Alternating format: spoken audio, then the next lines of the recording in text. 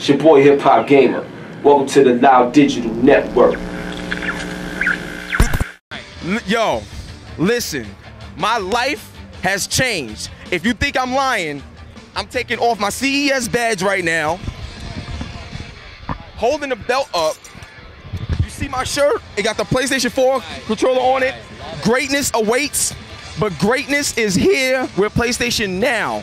Don, like the first question I got, and this is a controversial question, but when people go to the store, the top 3 questions that they have about Sony and Microsoft is it backwards compatible? That's one of their reasons for buying the system.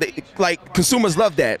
Microsoft can't say that, but you guys can say that. How much of an advantage and how important was this to get it off the ground and get it ready for this year? Well, first of all, the idea of backward compatibility for PS4 wasn't really the whole thought about PlayStation Now. Yeah. PlayStation Now being a streaming service, it's for us to provide the opportunity to really allow people to, basically people who are not only in the PlayStation world, but also outside of PlayStation world, right?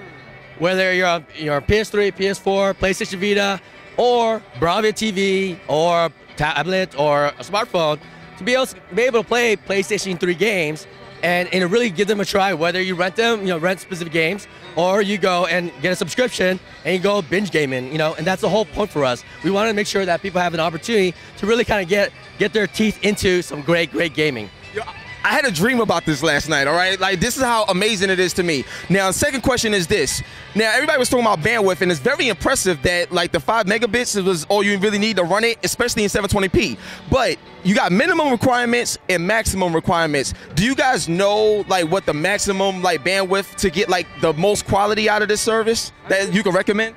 I mean, ultimately, you're looking at the bandwidth is whatever you can, max out with right now, whether it's your fiber, your T1 line, and whatnot. But the reality is, the moment you get above 5 megabits, our streaming becomes very smooth, and you look at the resolution, and the bandwidth will just, the packets will come in nicely. So the whole point is just make sure that you're above that, and so that you can get a basically seamless experience. All right, now, how does multiplayer work? Because my thing is, I was like, in a streaming service, it must be even harder to try to pull off multiplayer, and a lot of these games, like God of War Ascension, has multiplayer. Like, is it possible to have multiplayer with a streaming service? If so, how does that work?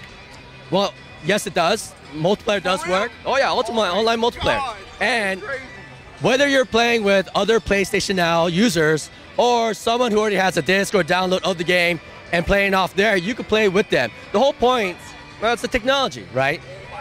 You're looking at stream technology, and it's about the inputs and outputs that you're getting. But really, at the end of the day, it's about the video that you're streaming. And that's the streaming technology that's provided by Gaikai that makes PlayStation Now really work. Now, what will determine, like, your suite of games with PS3? Because, I mean, I had an idea. I was actually talking to my man Matt over there. Shout out to my man Matt. But we was talking about when you start up PlayStation Now, it'd be a good idea if there was some sort of, like, mailbag where, like people could say, I recommend this game, like, just to get the fan involvement more. But, like, how is your approach on releasing games for this? Because to me, everybody always say, will we get the whole library? That's what everybody always asks. So what does it take to get a game just to run in this streaming format?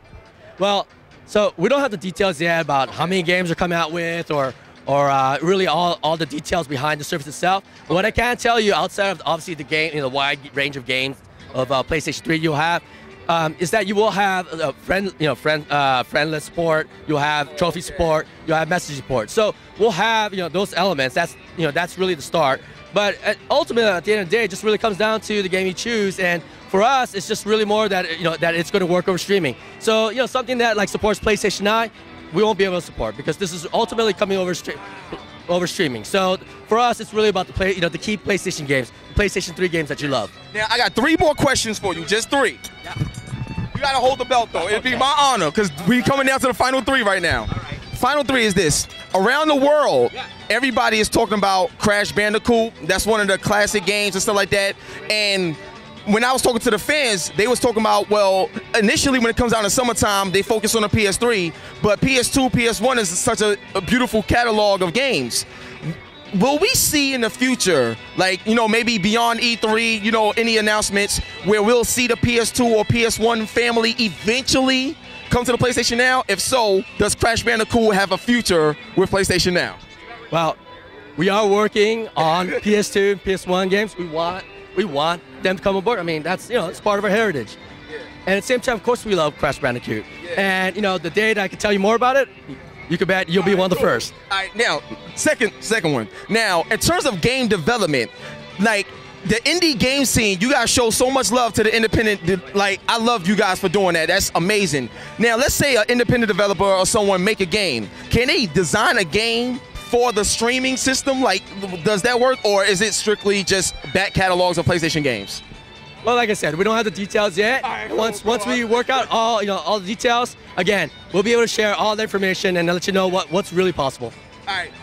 Final question. This is final question. Now, with PlayStation Now, I understand that when you guys initially did a deal, with David Perry and stuff like that, with Gaikai, this is phenomenal. Now, from February 20th, when you guys first revealed, everything was like gamer first. All the way up to now, I never seen no company, no system launch this successful in my life. So I just wanted to say that to you guys. So now for the final question, right? Everybody is now, we know that Mark Cerny is good friends with Yu Suzuki, and there's been a lot of talk about Shenmue and all these other games and stuff like that, right? Just aside from the PlayStation Now right now, going into the PlayStation 4, game development, stuff like that, is there any truth to the possibility of Shenmue coming to PlayStation?